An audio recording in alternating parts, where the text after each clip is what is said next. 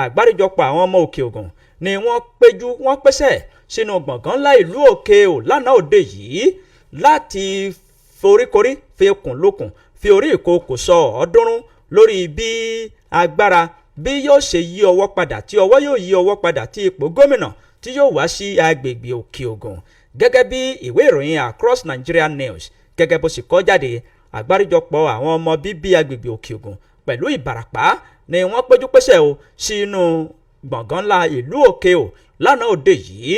láti sọ̀rọ̀ yérọ̀ àti láti jẹ́ kí ọ̀rọ̀ ọ̀hún kó yéra wọn o lórí bí ipò gómìnà bí yóò ṣe wá sí agbègbè Òkè-Ògùn tí ìrẹ́pọ̀ tí yóò sì máa lọ ní ìpínlẹ̀ Ọ̀yọ́ lápapọ̀ tí ìdàgbàsókè tó lọ́ọ̀rìn tí yóò fẹsẹ̀ rinlẹ̀ ní tìbútòrò ìpínlẹ̀ Ọ̀yọ́. Àwọn ẹgbẹ́ kan tí wọ́n ń pe orúkọ wọn ní ẹgbẹ́ àjọṣepọ̀ fún gbogbo wa, àwọn ni wọ́n ṣe agbátẹrù ètò náà, èyí tí Across Nigeria News tó ti yọ ìròyìn ọ̀hún jáde bọ̀m̀bọ̀. Wọ́n ṣàlàyé nínú ìwé ìròyìn ọ̀hún báyìí wípé nǹkan tí àwọn ń pè fún kì í ṣe wípé kò bá òfin mu, ó bá òfin tí orílẹ̀-èdè Nàìjíríà ń lò mu, bẹ́ẹ̀ ni ó sì tún bá òfin Elédùmarè ọba tó dá wa sí ilé ayé mu. Àpéjọpọ̀ ọ̀rọ̀ náà òun ló ní í ṣe pẹ̀lú kí wọ́n fọwọ́sowọ́ papọ̀ láti jẹ́ kí agbègbè Òkè-Ògùn kó máa tẹ̀síwájú àti láti jẹ́ kí àwọn ènìyàn ìlú kí wọ́n mọ nǹkan tí wọn ò mọ̀, torí pé ohun tá a mọ̀ láàmọ̀ kò sẹ́ni tí ò mọ̀ wípé ẹni tí ń ṣìngbà kò lówó lọ́wọ́ o, àti wípé bí ọmọdé tí ò bá mọ ewé lẹ́wẹ́ tí ò mọ òwe lówè, a ó já ewé lọ́tún a ó sì já òwe ní òsì láti jẹ́ kí ọmọ náà kó mọ̀ wípé ewé rèé o òwe rèé o. Wọ́n ṣàlàyé oríṣiríṣi ọ̀rọ̀ tí àwọn ọ̀dọ́ tí wọn mọ̀ nípa rẹ̀. Ọ̀pọ̀lọpọ̀ àwọn ìkàn ìlú lágbègbè Òkè-Ògùn ni wọ́n péjú pésẹ̀ síbi ètò náà.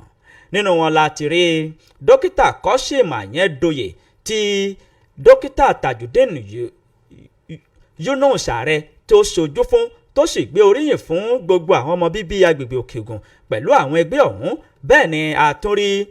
ọ̀mọ̀wé Múyìwá Gbádégẹṣin ẹni tí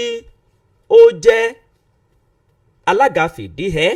ní ìjọba ìbílẹ̀ Kájọlà tí ó ṣojú fún wọn, ìyẹn Honorable